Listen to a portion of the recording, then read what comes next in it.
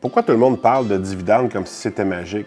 Ça, c'est une question que j'ai eue. Puis je pense surtout que ça vient des entrepreneurs, en fait. Il y a les dividendes que les compagnies vont verser là, dans vos actions ou Mais mettons qu'on parle pour un entrepreneur, pourquoi que tout le monde dit que c'est magique le dividende? Ça ne l'est plus.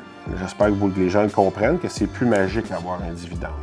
C'est plus ce que c'était. Là. Mais avoir un dividende, c'est que, exemple, tu vas payer un peu moins d'impôts.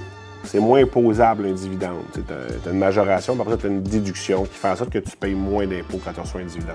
Mais pour un entrepreneur, il faut comprendre que si tu ne te verses pas de salaire, bien nécessairement, tu n'as pas de dépenses dans ta compagnie, qui fait en sorte que tu as un plus gros revenu, tu as une plus grosse imposition dans ta compagnie. Donc, si tu fais des bénéfices en bas de 500 000 puis que tu as 5 500 heures employées dans ton entreprise, tu payes 12,6 % déjà d'impôts, plus lui que tu payes. Mais le monde regarde juste le taux qu'ils vont payer avec le dividende. Mais si nos besoins financiers sont petits, exemple, 30 000, 40 000, puis que la compagnie paye le véhicule, donc on a moins de dépenses, ça peut être avantageux. Mais se verser des dividendes, on perd des droits REER, on cotise pas notre RRQ, il y a plusieurs conditions.